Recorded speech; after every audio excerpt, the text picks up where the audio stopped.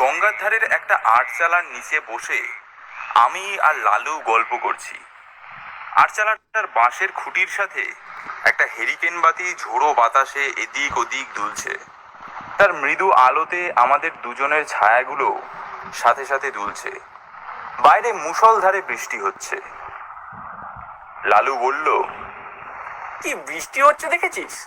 থামবার নাম গন্ধ নেই। সেই সকাল থেকে একটানা হয়েই চলেছে। আজ আর কেউ আমাদের আড্ডার আসরে আসবে না বলে মনে হচ্ছে। আমি বললাম, হ্যাঁ, সবাই এই ঝড় জলের রাতে নিজেদের যে যার ঘরে আটকে আছে মনে হয়। বৃষ্টিটা হবেই বা না কেন?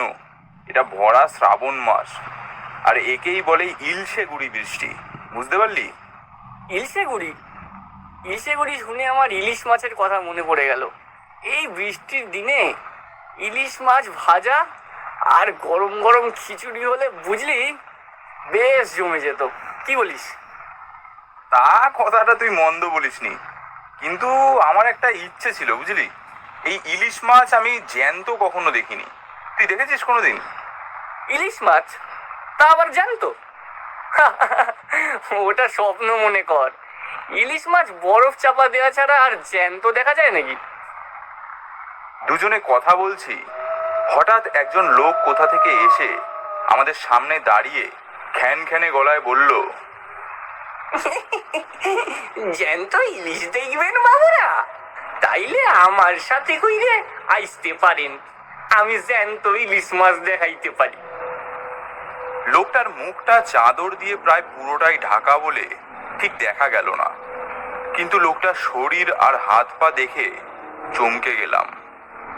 লোকটার গায়ে যেন কোনো রকম মাংস বলতে কিছুই নেই। হাড়ের সাথে চামড়া লাগানো খ্যাংরা কাঠির মতো লিকলিকে চেহারা। অন্ধকারের মধ্যে দাঁড়িয়েই সে কথাগুলো বলল। আমি বললাম, আপনি কে মশাই? এই বৃষ্টির মধ্যে দাঁড়িয়ে ভিজছেন কেন? আসুন, এই ছাউনির ভেতরে আসুন। লোকটা আবার সেই খ্যানখ্যানে গলায় বলল, ভিজলি পরে আমার কিছু হবে না, আমার অভ্যেস আছে। আপনারা যদি জ্যান্ত ইলিশ দেখতে চান তাইলে আমার লগে আইসতে পারেন। আমি বললাম, ও, তা আপনি যে একজন জেলে আর নৌকা করে নদীতে মাছ ধরেন সেটা বেশ বুঝছি। তা আপনার নৌকাটি কোথায় সেটা তো দেখতে পাচ্ছি না।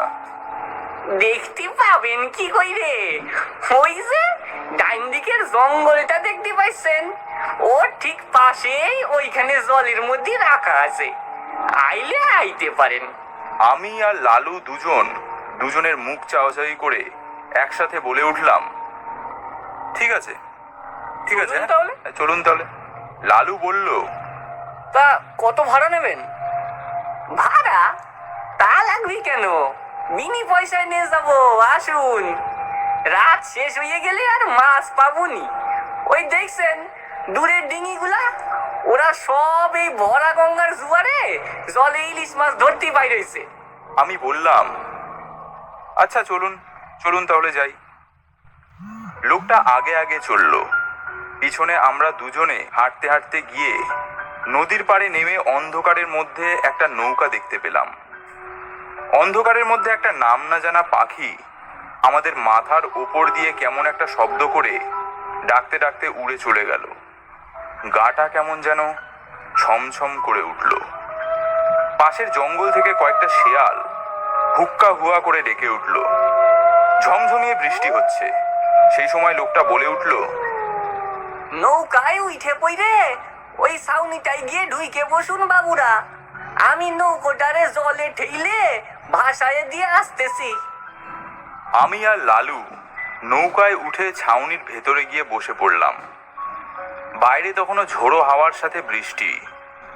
নৌকাটা বেশ জোরে যেন একটা ঠেলা খেতে দুলে উঠল আর ভেসে চলল নদীর জলে। লোকটাকে নৌকাতে উঠে পড়তে দেখলাম। সে একটা দাঁড় বয়ে নৌকাটাকে জলে ভাসিয়ে নিয়ে চলল। আমি বললাম, কি আশ্চর্যজনক ব্যাপার বলতো। মনের ইচ্ছাটা যে এত তাড়াতাড়ি পূরণ করতে পারবো তা ভাবতেই পারছি না। কি বলিস? হ্যাঁ, ঠিকই বলেছিস, কিন্তু আমার কেমন যেন একটা ভয় ভয় লাগছে, বুঝতে পারলি? তাছাড়া ওই লোকটাকে এর আগে তো কখনো দেখিনি। সে হঠাৎ কোথা থেকে এলো বলতো? নৌকা চালাতে চালাতে লোকটা বলল, আমি বাবু ও পারে থাকি, দুপুরবেলা জাল ফেলতি ফেলতি আপনাদের ঘাটে গিয়ে উঠেছিলাম। জাল টাইনে কিছু মাছ তুইলে বাজারে বিক্রি কইরে তা আবার বাড়ি ফিরে যাচ্ছি। আমারে আপনারা চিনবেন না। আমি বললাম, ও আপনি ওপারে থাকেন, তাই আপনাকে আগে কখনো দেখিনি। তা এখন জাল ফেলে কি ওপারে গিয়ে জাল তুলবেন? না বাবু, এইদিকে প্রচুর ইলিশ মাছ আছে, তাই এইখানেই জাল ফেলি রাখবো। সকালে গিয়ে জালটারে টেনে তুলবো, তারপর বাজারে নিয়ে গিয়ে সেই মাছগুলারে বিক্রি করে ঘরে ফিরে যাবো। লালু বলল, তা এইদিকে মাছ আছে, আর ওই মাঝখানের চড়ার সামনে দেখছি ফাঁকা, ওখানে কোনো নৌকো দেখছি না কেন? ওইখানে কি মাছ নেই?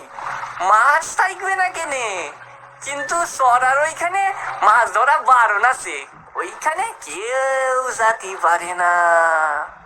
সেইখানে গেলি পরে আর কেউ ফিরে আসতে পারবো না বাবুরা। লালু বলল, কেন, সেখানে কি এমন আছে যে লোকে যেতে পারে না? সেইখানে সেইখানে ভূত আছে গো বাবুরা, আর সেই ভূতেরা নৌকায় সইরে বসে নৌকার সব মাছ খাইয়ে নৌকাটার মাঝির ঘাড় মোটকাইয়া নৌকা ডুবায় মাইরে ফেলে। লোকটার কথা শুনে দুজনে হা হা করে হেসে উঠলাম। বলে কি? যত সব। আমি বললাম, যত আজগুবি গল্প, কে বলেছে সেখানে ভূত আছে? তাছাড়া আপনি কি সেখানে কখনো ভূত দেখেছেন নাকি? লোকটা নৌকাটার দাঁড় বাইতে বাইতে বলল, দেখেছি মানে নিশ্চয়ই দেখেছি, না হইলে আর কইলাম কেমনে? তাইলে কই শোনেন বাবুরা, সেইবার শীতকালের সময় একদিন রাইতের বেলায় আমি নদীতে জাল ফেলতি ফেলতি ঘন কুয়াশার মধ্যে কিছু দেখতে না পাইয়ে ভুল কইরে চরের ওই দিকটায় চলে গেছিলাম। হঠাৎ কইরা খেয়াল হইল আমার নৌকাটা চরে আইসা ঠেকছে। ভয়ে আটকাই উঠলাম, এখন কি হইব, কি কইব কিছু ভাবতে পারতেছিলাম না। সেই সময় চরের জঙ্গলের ভিতর দিয়া এক পাল শিয়াল হুক্কা হুয়া কইরা ডাইকা উঠলো। হঠাৎ আমার নৌকাটা যেন দুইলা উঠলো, মনে হইল কেউ যেন আমার নৌকায় সাইপা বইল, কিন্তু কাউরে দেখতে পাইলাম না। কিছু সময় পরে আমার নৌকাটা যেন ঘুরাইতে শুরু করলো, এক জায়গা শুধু চক্কর খাইতেছে, আমার মাথা ঘুরতেছে। হঠাৎ কইটা দেখলাম দুইখানা কঙ্কালের হাত জলের টিকা উইঠা আইসা আমার নৌকাটারে বন বন কইরা ঘুরাইতেছে। আমি আর বইসা না থাকতে পাইরা নদীর জলে দিলাম ঝাঁপ, ব্যাস। তারপর তারপর আপনি বেঁচে গেলেন? না, ভূতের হাত থেকে কি কেউ বাঁচতে পারে নাকি? এই বলেই লোকটা উঠে এসে আমাদের সামনে দাঁড়াতেই একটা জোরে হাওয়া এসে লোকটার মুখের উপর দিয়ে চাদরটা সরে যেতেই আমরা দুজনে লোকটাকে দেখে ভয়ে আতঙ্কে থর থর করে কাঁপতে লাগলাম। দেখলাম একটা কঙ্কাল আমাদের সামনে দাঁড়িয়ে আছে, আর সে তার সেই খ্যান খ্যানে গলায় বেশ কয়েকবার হেসে উঠে বলল,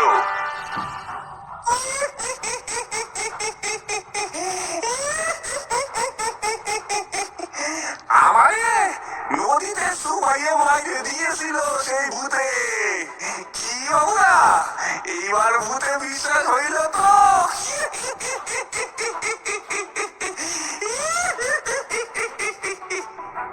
আমি আর লালু দুজনে কাঁপতে কাঁপতে দু তিনবার ঢোক গিলে বললাম, হ্যাঁ হ্যাঁ হ্যাঁ, হ্যাঁ, বিশ্বাস হয়েছে, বিশ্বাস হয়েছে। ওরে বাবা রে, ভূত, বাঁচাও বাঁচাও বলে দুজনে মিলে নৌকার চালার ভিতর থেকে বাইরে দৌড়ে এসে একসাথে নদীতে দিলাম ঝাঁপ। অনেকক্ষণ সাঁতার দিতে দিতে একসময় দুজনে গিয়ে উঠলাম ঘাটে। তারপর দিক বেদিক জ্ঞান শূন্য হয়ে অন্ধকারের মধ্যে বাঁচাও বাঁচাও বলে দে ছুট। বাঁচাও বাঁচাও বাঁচাও, ভূত বাঁচাও। ছুটতে ছুটতে হাবুল কাকার চায়ের দোকানের সামনে এসে দুজনে হুমড়ি খেয়ে পড়লাম। তারপর আর মনে নেই। দুজনের চোখে মুখে জলের ছিটে পড়তেই উঠে বসলাম। দেখলাম সকাল হয়ে গেছে। আমাদের ঘিরে দাঁড়িয়ে আছে পাড়ার আরো কয়েকজন লোক। তাদের মধ্যে কথাবার্তা চলছে। হাবুল কাকা বলল, কিরে, তোরা দুইজন এখানে এই জল কাদার মধ্যে শুয়েছিলি কেন? কি হয়েছিল তোদের? আমি একটু ধাতস্থ হয়ে তখন রাতের সমস্ত কথা হাবুল কাকা আর আশেপাশের দাঁড়িয়ে থাকা সবাইকে বললাম। ঘটনাটা শুনে হাবুল কাকা বলল, বুঝতে পেরেছি, তোরা ওই রমেন তালুকদারের মামদো ভূতটার পাল্লায় পড়েছিলি। খুব ভাগ্য ভালো তোদের যে তোরা বেঁচে ফিরতে পেরেছিস। জ্যান্ত ইলিশ দেখবি তো আমাকে বললেই হতো, আমি তোদের দেখাতাম। চেনা নেই জানা নেই, রাতের অন্ধকারে দুইজন মিলে চলে গেলি। আমি বললাম, এইবার থেকে শিক্ষা হলো, আর জীবনে ইলিশ দেখা তো দূরে থাক, আজ থেকে ইলিশ মাছই খাবো না। আমার কথা শুনে আশেপাশের দাঁড়িয়ে থাকা সবাই মিলে হো হো করে হেসে উঠল।